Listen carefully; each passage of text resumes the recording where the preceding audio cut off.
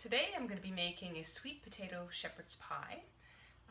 So we're going to start off with some sweet potato, and in this pot here, I'm going to make sure I'm not wearing the perfect clothes for cooking today. The sleeves are a bit too long, but in this pot I have about 4 small to medium-sized sweet potato, and I have them cut into like 1-inch pieces. So you want to make sure all the pieces are cut evenly so that it cooks throughout at the same time, so that some are not overly done. And in this pan here, I have about a tablespoon of extra virgin olive oil, and I'm going to add, I have 2 large carrots here that I have diced. I'm going to add 2 carrots. I have an onion as well, chopped. And I have 2 celery sticks that I have diced. So I'm going to fry this for about 10 minutes until the vegetables soften a little bit. So my goal here as a health coach is to kind of change our views on cooking, and we see it a lot as a chore, and yes, it is a chore. It's something else you have to do on top of everything else. But by doing little things while you're cooking to make it easier on you and make it more enjoyable will probably encourage you and motivate you to cook a little bit more often at home. And one of the things I do, and I'm actually doing a course now online, and I want to share some of those tips with you, is to have all of your ingredients ready ahead of time. Because a lot of times, and I'm guilty of it too, you start cooking and then it asks for certain spices and you're running out looking for the spices and you can't find it, and then by the time you come back maybe the onions are overdone and it's a little bit more frantic, I guess. But having all of your ingredients measured out ahead of time and ready to go just makes it a little bit easier and makes it more enjoyable. So if that's one of the little tips that I can share with you today, then hopefully you can incorporate that. And it does seem like more work, but you got to chop anyway. You still have to look for all the spices anyway, so why not do it all at the beginning, and then the cooking process becomes a little easier and enjoyable. So next I'm going to add the garlic. I have 2 cloves of garlic here. I have 3/4 of a teaspoon of chipotle pepper, half a teaspoon of oregano, half a teaspoon of cumin, and 1/4 of a teaspoon of cinnamon. So I'm going to stir that around for about a minute to get all the flavors to blend and become aromatic. Now I'm going to add the ground chicken. I have about 1 pound of ground chicken. I'm going to mix this up.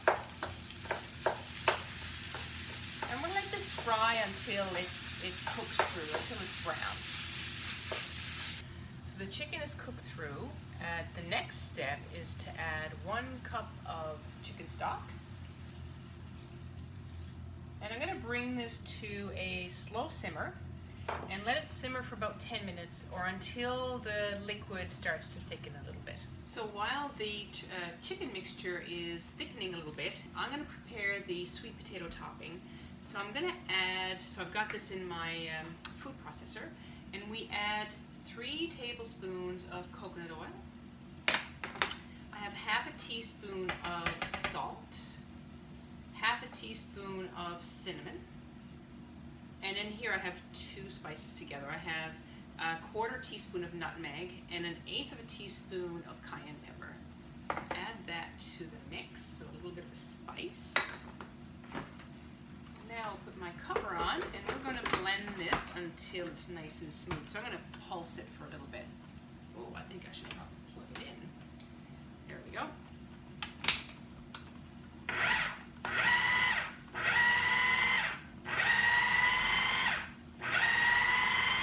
Now it's time to put it all together. So I transferred my turkey mixture in my baking dish. One item I forgot to put on the chicken is a little bit of salt, so I'm going to sprinkle some salt now. And we're going to put the sweet potato topping over over this chicken mixture. I'm going to try to spread that out as evenly as possible. Okay, this is ready to go in the oven. So there are different things you can do here. You can cook it to this point, let it cool off, and put it in the refrigerator until you are ready to heat it up for your meal. Or you can divide this into smaller portions and freeze them, or you can just stick it in the oven. So I have a 425 degree oven waiting for this to go in, and we're going to cook this for about 30 to 40 minutes until the edges start to crisp and get a little bit brown. Okay, here we go. And here we have it. This is ready to go. So this is my first time making a sweet potato shepherd's pie. I usually make it with regular potato, and I use beef or moose, and I kind of follow my mom's recipe, and she used to use onion soup mix powder in the meat, which makes it really salty. So I'm looking for healthier alternatives, so I came up with this recipe, and let's see what it looks like. So you could serve this with a salad, but there is lots of vegetables in here. We've got the carrots and the onions and celery and the sweet potato. And there we go. Give it a try and let me know how it turns out. You can go to my health coach page at www.healthcoachkelly.ca. I would love to hear from you. Thanks for watching.